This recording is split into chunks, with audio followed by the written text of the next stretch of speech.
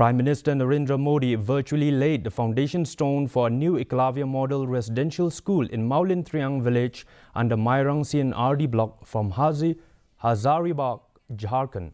During the event, the Prime Minister also inaugurated 40 Eklavya model residential school and laid the foundation for 25 new Eklavya model residential school at a cost of Rs 2,800 crore.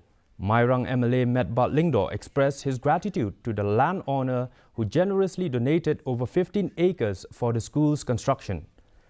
He said that this new school will significantly benefit students from Mawlyntriang and surrounding areas.